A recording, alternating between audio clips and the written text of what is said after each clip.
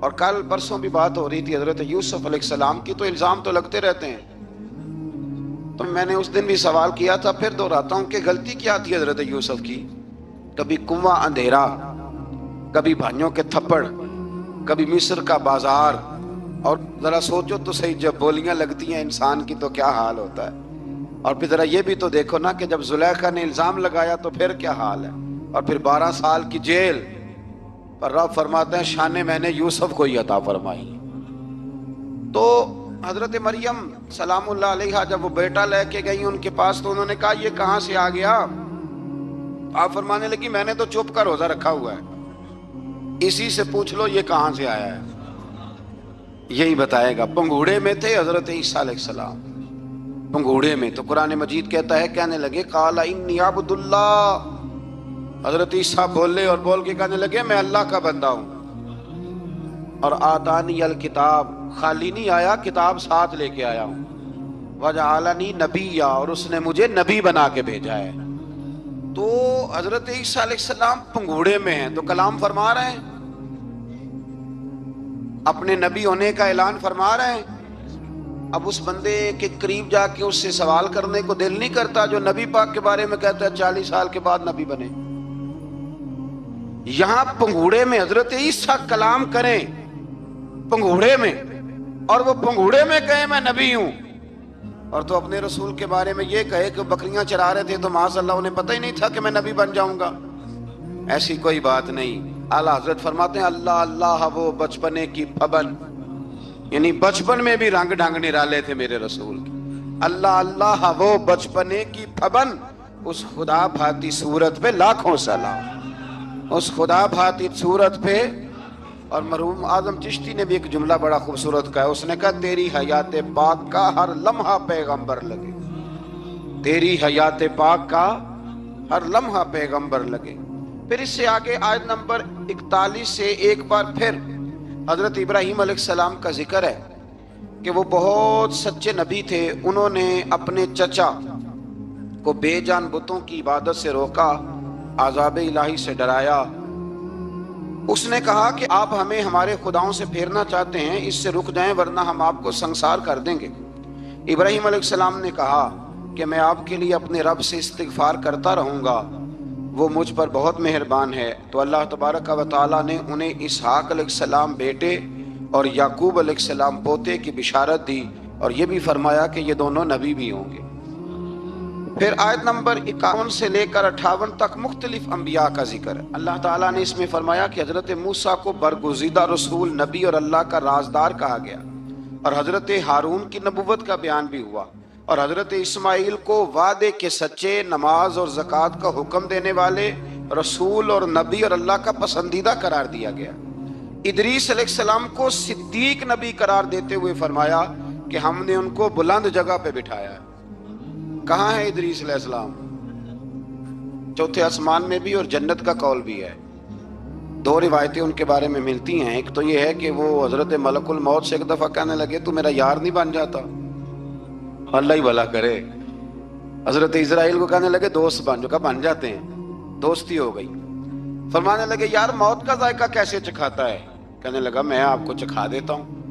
آپ کو موت کا ذائقہ چکھایا اور دوبارہ پھر روح ڈال دی، آپ اٹھ کے بیٹھ گئے. کہنے لگے دوزخ تو دکھا، نے وہ بھی دکھا دی. فرمایا جنت تو دکھا، جنت بھی دکھائی. تو کہنے لگا واپس چلیں. فرمانے لگے اب تو نہیں جانا.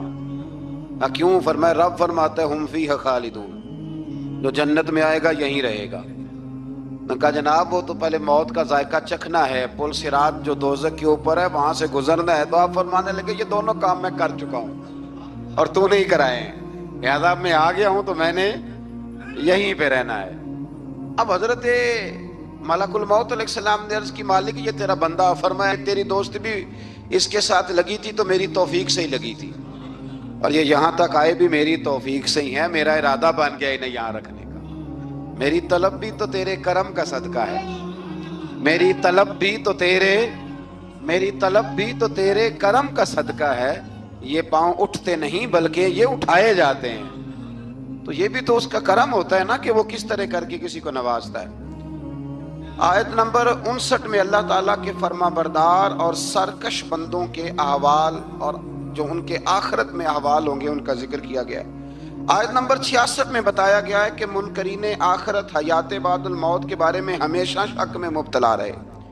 انہیں یقین ہونا چاہیے کہ مرنے کے بعد دوبارہ وہی خالق زندہ کرے گا جس نے پہلی بار بغیر کسی نام و نشان کے پیدا کیا۔ آیت نمبر 76 میں بتایا کہ جو لوگ گمراہی میں مبتلا ہیں ان کے ابتلا میں اضافے کے لیے مہلت کی مدت بڑھا دی جاتی ہے، اور جو ہدایت یافتہ ہیں ان کو مزید استقامت نصیب ہوتی ہے۔ اللہ کے ہاں ثواب اور انجام خیر کے اعتبار سے باقی رہنے والی نیکیاں سب سے زیادہ بہتر۔ ایسی نیکیاں کریں جو باقی رہیں ہمیشہ، کیا کہتے ہیں؟ صدقہ جاریہ۔ آیت نمبر 81 میں فرمایا کہ مشرکین اس امید پر اللہ کے سوا معبودان باطل کی عبادت کرتے ہیں کہ مشکل میں ان کی مدد کریں گے۔ فرمایا ہرگز نہیں، وہ ان کے دشمن بن کے عبادت کا انکار کریں گے۔ آیت نمبر 88 میں بتایا کہ کفار نے اللہ کی طرف اولاد کی نسبت کر کے نہایت سخت بات کی۔ یہ تو اتنا سنگین جرم ہے کہ اس سے آسمان پھٹ پڑے، زمین شک ہو جائے اور پہاڑ ریزہ ریزہ ہو جائیں۔ مزید فرمایا کہ آسمان اور زمین میں جو کوئی بھی ہے سب اللہ کے حضور بندے بن کے حاضر ہوں گے۔ آیت نمبر 97 میں فرمایا جو لوگ ایمان لائے اور نیک کام کیے ان قریب رحمان لوگوں کے دلوں میں ان کی محبت پیدا فرما دے۔ یہ جو شرک والا معاملہ ہے نا، یہ بڑا سادہ سا ہے۔ کچھ لوگ آج نئے فلسفی اٹھے ہیں تو وہ کچھ عجیب و غریب سی باتیں دہریوں جیسی کرنے لگے ہیں، اور بعض مضامین ہم دیکھتے ہیں تازے جو چھپتے ہیں ان کے اندر بھی وہ اشارتاً کنایاتاً مذہب کی بنیاد پر تقسیم نہیں ہونی چاہیے، انسان بحیثیت انسان قابل تکریم ہے۔ تو ایک بات سمجھ لیں کہ جو مکان کی رجسٹری آپ کے نام ہے اگر کوئی اور دعویٰ کرے اس کا تو آپ کو برداشت ہے؟ یہ ہو نہیں نہ سکتا میاں۔ ملک میں وزیر کئی ہو سکتے ہیں پر وزیر اعظم ایک ہوتا ہے، اس کو سمجھ لیں۔ تو جب اللہ کی توحید میں کو کسی کو شریک ٹھہراتا ہے تو بہت بڑا جرم کرتا ہے، وہ بہت بڑا جرم کرتا ہے۔ یوں سمجھ لیں کہ جیسے آپ کی 5 مرلے کی زمین پہ کوئی آ کے قبضہ کرے، اسے مار دینے کو دل کرتا ہے۔ اس لیے یہ ساری زمین رب کریم کی ہے، آسمان و زمین کا خالق اور مالک۔ تو شرک ناپسندیدہ بات، ناپسندیدہ۔ سورہ طٰہٰ شروع ہوتی ہے۔ اس سورہ طٰہٰ میں نبی پاک صلی اللہ تعالی علیہ وسلم کو رب کریم نے فرمایا کہ محبوب قرآن اس لیے نازل نہیں کیا تھا کہ آپ مشقت میں پڑ جائیں۔ نبی کریم لمبی لمبی نمازیں پڑھتے تھے، لمبی لمبی۔ تو قرآن مجید نے کہا طٰہٰ ما انزلنا علیک القرآن لتشقیٰ، محبوب قرآن اس لیے نازل نہیں کیا کہ آپ مشقت میں پڑ جائیں۔ حضور لوگوں کو بڑی جد و جہد کے ساتھ دین کی طرف بلاتے تھے، تو کہا محبوب قرآن اس لیے نازل نہیں کیا تھا کہ آپ مشقت میں پڑ جائیں۔ آپ تو مشقت کرنے لگ گئے۔ وہ یا رب اپنے محبوب کو کہہ رہا ہے، جیسے سورہ مزمل میں بات ہوئی نا کہ محبوب تھوڑا آرام بھی فرما لیا کر، محبوب تھوڑا آرام بھی فرمائے۔ پھر فرمایا کہ یہ قرآن نصیحت کے لیے نازل ہوا ہے، اور اللہ ظاہر و باطن سب کو جانتا ہے، اور وہ وحدہ لا شریک ہے، اور سارے اچھے نام اسی کے ہیں۔ آیت نمبر 10 میں فرمایا کہ مدین سے واپسی کے سفر کے دوران موسیٰ علیہ السلام اس واقعے کا بیان کیا کہ وہ اپنی جگہ پر رکے ہوئے تھے، تو وہیں انہیں غیب سے ندا آئی کہ موسیٰ میں آپ کا رب ہوں، آپ وادی مقدس میں ہیں تو ادباً اپنے جوتے اتار دیجئے، میں نے آپ کو چن لیا ہے، میرے پیغام وحی کو توجہ سے سنیے، میں اللہ وحدہ لا شریک ہوں، میری بندگی کیجیے، میری یاد کے لیے نماز قائم کیجیے، قیامت آنے والی ہے، اسی کی طرف آپ توجہ فرمائیے۔ اسی موقع پر آپ کو جو معجزات عطا کیے گئے ان کا بھی ذکر ہے، اور وہ ہم پیچھے بہت ساری جگہوں پہ اس کا ذکر کر آئے کہ اللہ تعالیٰ نے ان کو ایک ایسا عصا عطا فرمایا تھا کہ وہ ایک دم میں ہی بہت بڑا اژدہا بن جایا کرتا تھا، اور پھر حضرت سیدنا موسیٰ علیہ السلام اپنا ہاتھ گریبان میں ڈال کے نکالتے تھے تو آفتاب کی طرح روشن ہو جاتا تھا۔ اقبال کہتے ہیں یدے بیضا لیے بیٹھے ہیں اپنی آستینوں، یدے بیضا لیے، چمکتے ہوئے ہاتھ ہیں ان کے، تو یہ اپنی آستینوں میں چھپا کے بیٹھے ہیں۔ پر اقبال نے یہ ولیوں کے لیے کہا ہے، نہ پوچھ ان خرقہ پوشوں کی، ارادت ہو تو دیکھ ان کو، ارادت ہو تو محبت کے ساتھ دیکھ، تنقید کے ساتھ تو پتہ ہے پھر بندے کو کوئی شے نہیں ملتی، آنکھیں گونگ ہو جاتی۔ ارادت ہو تو دیکھ ان کو، یدے بیضا لیے بیٹھے ہیں اپنی آستینوں میں۔ پھر اللہ تعالیٰ نے نا حضرت موسیٰ علیہ السلام کو حکم دیا تھا کہ فرعون کو دعوت دیں، تو حضرت موسیٰ نے دعا مانگی جو آیت نمبر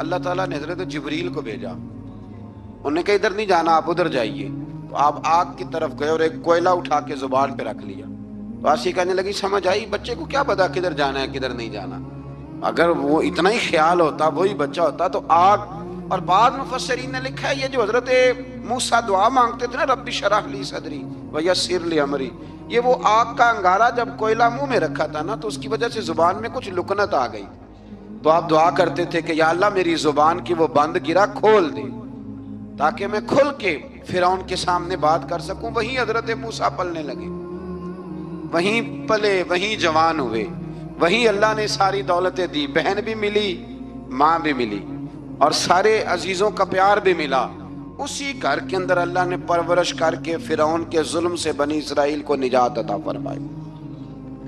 آج نمبر 77 سے موسیٰ علیہ السلام کو حکم ہوا کہ راتوں رات بنی اسرائیل کو لے کے نکل جائیں. انہیں اللہ کی طرف سے یقین دلایا گیا کہ ان کے لیے سمندر میں خشک راستہ نکال لیا جائے گا. فرعون نے ان کا تعاقب کیا اور سمندر میں غرق کر دیے گئے. اس مقام پر اللہ تعالیٰ نے بنی اسرائیل پر اپنے احسانات کا ایک بار پھر ذکر فرمایا. حضرت سعد بن ابی وقاص رضی اللہ تعالیٰ عنہ بھی ایک دن جہاد کے لیے نکلے تو رستے میں سمندر آ گیا. حضرت موسیٰ کی قوم کو نا سمندر نے رستہ دیا تھا. تو جناب سعد بن ابی وقاص سمندر کے کنارے کھڑے ہو کے اب وہ لوگ پوچھنے لگے حضور کیا کرنا ہے؟ فرمایا کرنا کیا ہے، ابھی دیکھیں کیا ہوتا ہے. تو فرمانے لگے وہ سمندر و دریا اگر تو حضرت موسیٰ کی نافرمان قوم کو رستہ دیتا ہے تو ہم تو رسول اللہ کے فرما بردار غلام ہیں، ہمیں بھی رستہ دے. تو 12 رستے بن گئے دریا میں سے. جناب سعد بن ابی وقاص لشکر لے کے گزر گئے، باہر گئے تو ایک دفعہ پھر صحابہ کو یقین دلایا. فرمایا کسی کی کوئی چیز تو نہیں رہ گئی دریا میں؟ دشت تو دشت ہیں دریا بھی نہ چھوڑے ہم، بحر ظلمات میں دوڑا دیے. اب میں کیا کروں؟ علامہ اقبال نے ہر جگہ کلام لکھا ہے، ہر جگہ. یہ آپ کو پتہ نا ایک صاحب مجھے بھی سمجھا رہے تھے، میں نے جمعے میں بھی وضاحت کی، کہنے لگے آپ اقبال کی بڑی تعریفیں کرتے ہیں.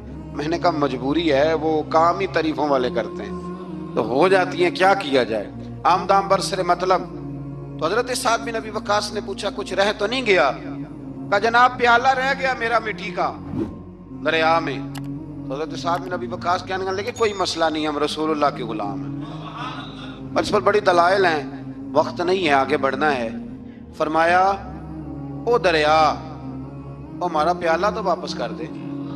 تو ایک لہر آئی تو پیالہ بھی کنارے پہ پھینک گئی. تو اللہ تعالیٰ نے حضرت موسیٰ علیہ السلام کو کی قوم کو وہاں سے نجات دی. آیت نمبر 85 سے سامری کا ذکر ہے. سامری ایک جادوگر تھا. جب حضرت موسیٰ علیہ السلام تشریف لے گئے نا کوہ طور پہ تو اس نے نا سونے کا ایک بچڑا بنا دیا تھا اور اس کے منہ میں ایسی تاریں اس نے لگائی تھیں کہ جب ہوا چلتی تھی تو وہ تاریں بجتی تھیں. مفسرین نے لکھا ہے. تو بنی اسرائیل والوں کو یہ کہتا تھا دیکھو یہ بولتا ہے. تو بڑے کمزور ایمان کے لوگ تھے، اس طرف متوجہ ہو گئے، اس طرف متوجہ ہو گئے. حضرت موسیٰ علیہ السلام واپس آئے تو انہوں نے پوچھا کہ یہ ماجرا کیا ہے. تو اس نے کہا کہ میں نے نا حضرت جبریل علیہ السلام کا گھوڑا جب چل رہا تھا تو ان کے پاؤں سے جو مٹی لگ رہی تھی وہ مٹی میں نے تھوڑی اٹھا لی تھی اور وہ میں نے اس کے منہ میں رکھی ہے، جس کی وجہ سے اس کے منہ سے آواز ہے. وہ مٹی کب اٹھائی تھی وہ بھی لکھا ہے مفسرین نے کہ حضرت موسیٰ علیہ السلام نے جب کہا نا بنی اسرائیل والوں کو کہ گھوڑے ڈالو اندر، حالانکہ رستے بن بھی گئے تھے، پھر بھی کہنے لگے ایسا نہ ہو کہ اندر جائیں تو پانی پھر آ جائے. تو یہ جاتے نہیں تھے، ڈرتے تھے، کمزور ایمان کے لوگ تھے نا. اصل مسئلہ نا اندر کا ہے. آپ یقین کریں یہ بڑی باکمال بات ہے. میں تو اس نتیجے پہ پہنچا ہوں تھوڑی سی زندگی گزار کے کہ یقین اگر مضبوط ہو نا تو انسان کی زندگی کا ہر کٹھن رستہ آسان ہو جاتا ہے. لیکن جن لوگوں کے اندر مسائل بہت زیادہ ہوتے ہیں ان کے لیے بیرونی کوئی کام کرنا بھی بڑا ہی مشکل ہوتا ہے. تو یہ لوگ کہنے لگے کیسے اندر جائیں گے تو پھر نہ پانی مل جائے. تو حضرت جبریل امین آئے گھوڑی پہ بیٹھے ہوئے، انہوں نے آگے آگے گھوڑی دوڑائی. تو آگے گھوڑی دوڑی تو ان کے گھوڑے خود بخود پیچھے دوڑ پڑے. حضرت سیدنا جبریل کی گھوڑی جہاں پیر رکھتی تھی وہاں سے سبزہ اگتا تھا. سامری جادوگر تھا، حیرت انگیز چیزوں کو جمع کر لیتا تھا. اس نے وہ جمع کر کے رکھ لی اور بچڑا بنا دیا. تو حضرت موسیٰ علیہ السلام نے جب اس سے پوچھا تو اس نے یہ بات بتائی اور کہنے لگا یہ تدبیر مجھے میرے نفس نے سجائی تھی حضرت موسیٰ نے اس سے کہا تو یہاں سے چلا جا، زندگی میں تیرے لیے وحشت کی سزا ہے، اور تیری سزا کا وقت آخرت میں مقرر ہے۔ اس کے بعد والی آیات میں اللہ تعالیٰ کی وحدانیت، کتاب اللہ کی حقانیت اور اس سے روح گردانی کرنے والوں کے لیے عذاب آخرت کا بیان ہے۔ وحشت کا بھی عذاب ہوتا ہے کچھ لوگوں کو وحشت کا عذاب یہ ہوتا ہے، یعنی انسان ہر وقت خوف زدہ رہے۔ آیات بتاتی ہیں کہ اس پر کون سا عذاب ہے، اس پر ایک وحشت طاری رہے۔ اللہ سے دعا مانگیں اللہ تبارک و تعالی ان ساری آزمائشوں سے ہمیں محفوظ فرمائے۔ اسی تسلسل میں پھر قیامت اور سور پھونکے جانے کا ذکر ہے۔ آیت نمبر 105 سے فرمایا کہ لوگ آپ سے پہاڑوں کے متعلق سوال کرتے ہیں، آپ ان سے کہہ دیجئے میرا رب انہیں ریزہ ریزہ کر دے گا اور پوری زمین ہموار میدان کی طرح ہو جائے گی۔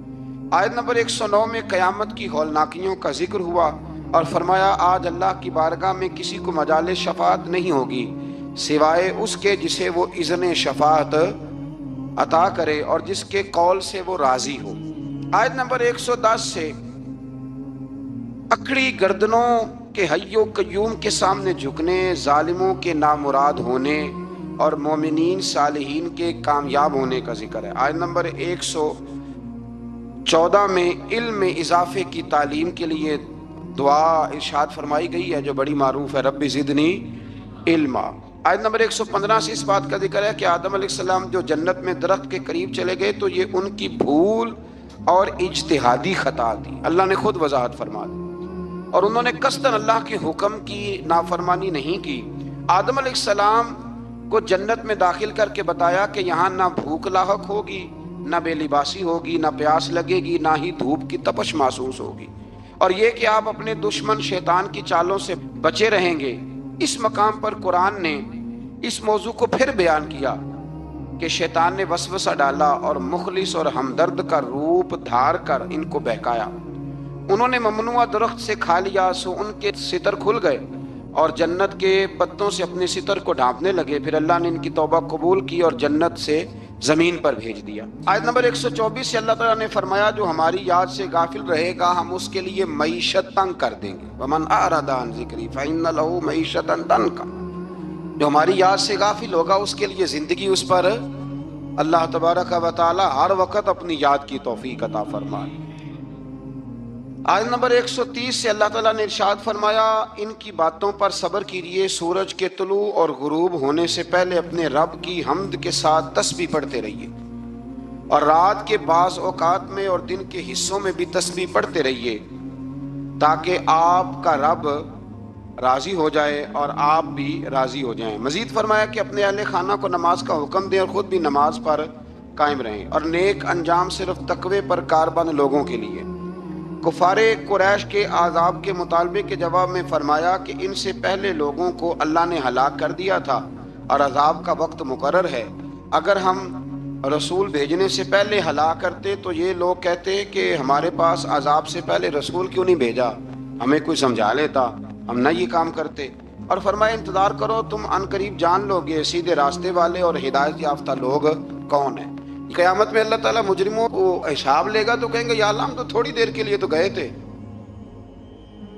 پل بھر کے لیے گئے تھے، جھوٹ بول دیں گے، تو اللہ فرمائے گا یہ تو تمہاری پرانی عادت ہے، یہ پرانی عادت ہے مجرم کی، کہ مجرم کیا کرتا ہے، جھوٹ بولتا ہے۔ نماز کیوں نہیں پڑھتے، کہتے کپڑے نہیں پاک۔ آؤ پھر ہوٹل پہ کھانا کھانے چلے تو کہتا میں ذرا بدل کے آیا۔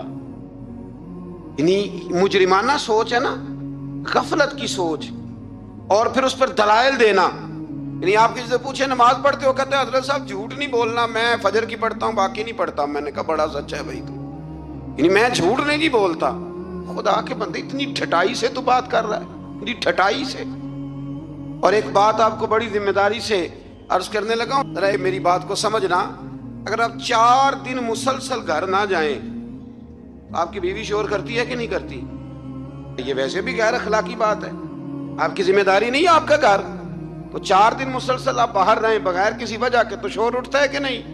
اگر ابا جی آپ کے رہتے ہیں نا سعودی عرب میں تو وہاں بھی فون چلا جائے گا، اس کو سمجھائیں 4 دن سے گھر نہیں ہے، تو 4 دن گھر نہ جائے تو شور ہوتا ہے، اور تو مہینہ مسجد ہی نہیں جاتا۔ اور پھر تیرے اندر پھر مد و جزر نہ ہو، پھر جوار پھاٹا نہ ہو، پھر ساری نعمتیں موجود ہونے کے بعد تیرا کلیجہ منہ کو نہ آئے، پھر تیرا جگر نہ پھٹے، پھر رات کو تجھے نیند کیسے آئے؟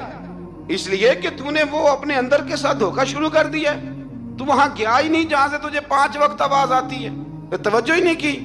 اس لیے سمجھ لے کہ جو اندر بے چینی ہے اس کا کوئی نہ کوئی سبب ہے، کہیں نہ کہیں تو ہم نے غلطی کی ہے، کسی نہ کسی جگہ تو کوئی معاملہ ایسا ہے۔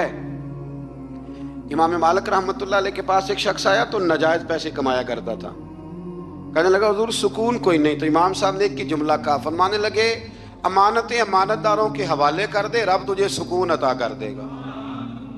وہ بندہ کہنے لگا یہ کیا؟ فرمانے لگے میرے پاس کسی کی امانت ہو تو مجھے نیند کوئی نہیں آتی، تو نے تو یتیموں مسکینوں کی رکھی ہوئی ہے، تجھے کیسے آئے گی؟ جیتے جاگتے آدمی کی امانت میرے پاس ہو تو میں کہتا ہوں یہ چھین نہ جائے، تو نے تو لوٹ مار کی رکھی۔ اللہ ہمیں سمجھنے کی توفیق عطا فرمائے۔ آگے سورہ لقمان شروع ہوتی ہے۔ حضرت لقمان کے بارے میں بھی لوگوں کا بعض کا قول یہ ہے کہ حضرت لقمان نبی تھے، لیکن صحیح قول مفسرین نے یہی لکھا ہے کہ وہ نبی نہیں تھے، وہ اللہ کے ایک نیک بندے تھے، اللہ کے ولی تھے، ایک بڑے دانا آدمی، بڑے عقل مند آدمی تھے۔ اللہ تبارک و تعالیٰ نے انہیں بڑا نوازا تھا، بڑی حکمت والے تھے، بڑے سمجھدار تھے۔ آپ اندازہ کریں کہ اللہ نے ولیوں کا کتنا ذکر فرمایا قرآن مجید کے اندر۔ سورہ لقمان ایک ولی کے نام پہ، حضرت سکندر ذوالقرنین اللہ کے، مولا علی کا قول میں نے عرض کیا تھا کہ وہ بھی اللہ کے ولی ہیں، جناب مریم بھی اللہ کی ولیہ ہیں، تو ان سب لوگوں کے ناموں پر اللہ تبارک و تعالیٰ نے قرآن مجید کی آیات کو رکھا ہے۔ تو سورہ لقمان ہے، اس میں حضرت لقمان نے جو اپنے بیٹے کو نصیحتیں کی ان کا بھی ذکر ہے، اور بھی کئی چیزوں کا ذکر ہے، لیکن اس کا جو اہم مضمون ہے وہ یہی ہے کہ حضرت لقمان نے اپنے بیٹے کو نصیحت کی۔ ایک بات سمجھ لینا، بڑی دنیا نصیحت کرتی ہے، لیکن جو باپ شفقت کے ساتھ گود میں بٹھا کے نصیحت کرتا ہے اس کا بڑا ہی مزہ آتا ہے۔